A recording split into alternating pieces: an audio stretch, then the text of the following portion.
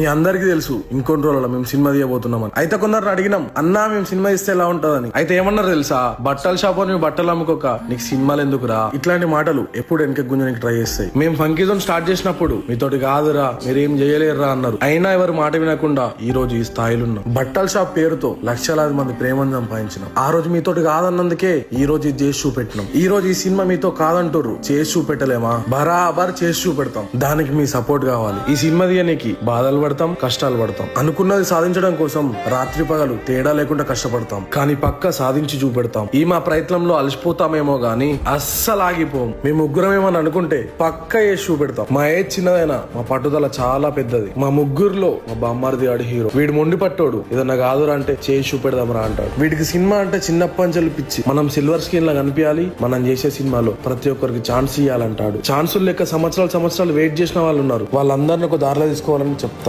మేమైతే ఎవరిని ముంచి పైకి రావాలని అనుకోలేదు. మా కష్టంతో మేము పైకి వచ్చాము. మా కష్టంతో సినిమా తీస్తున్నాం. మీరు మమ్మల్ని పైకి తీసుకురావాలన్నా మీరే, కిందికి లాగాలన్నా మీరే. మాతో అవుతుందో కాదు కింద కామెంట్ బాక్స్ లలో ఓట్ల రూపంలో చెప్పండి. ఒకటే ముచ్చట, మీతోటి అవుతుందిరా, మీతోటి కాదురా అని చెప్పండి.